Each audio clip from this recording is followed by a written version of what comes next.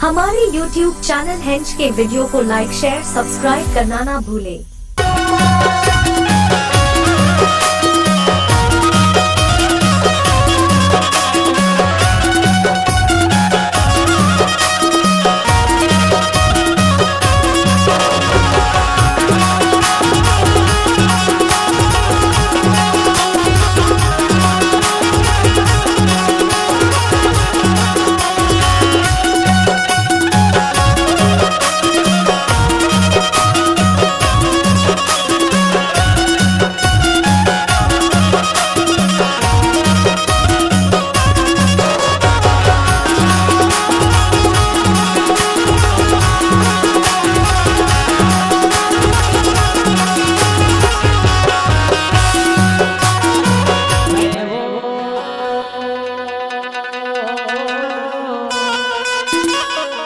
हाय होते तो ही अवसना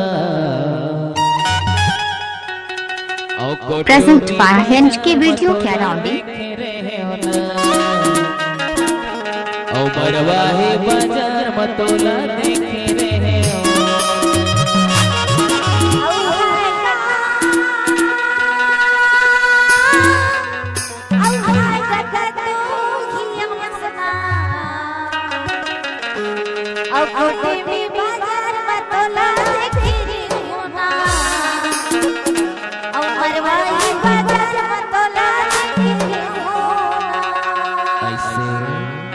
औ है वो हाय बोले तो ही अवसना है वो हाय बोले तो ही अवसना फोटो में बाजार मतोला लेके रहना बरवाही बाजार मतोला लेके रहना फोटो में बाजार मतोला लेके रहना बरवाही बाजार मतोला लेके रहना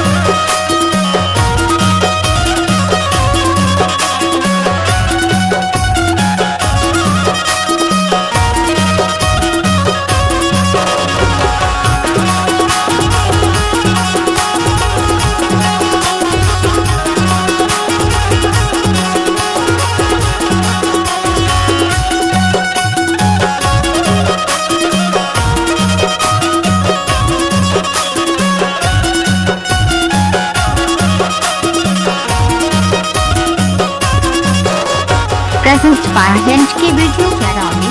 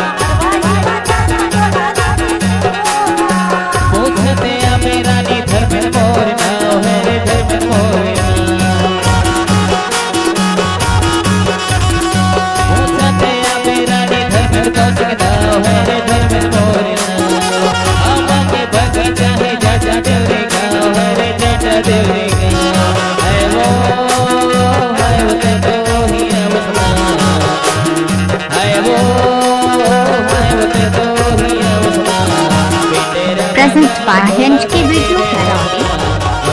बाजार मतोला देखे रहना तेरा बाजार मतोला देखे रहना बाजार मतोला देखे रहना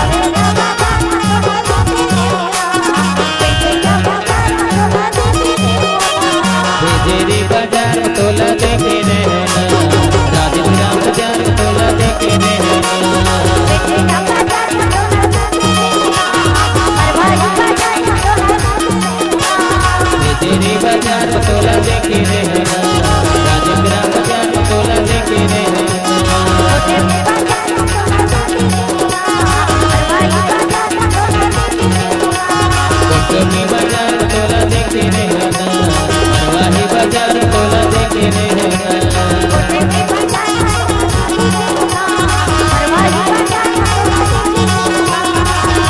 Present by HNK Video Channel.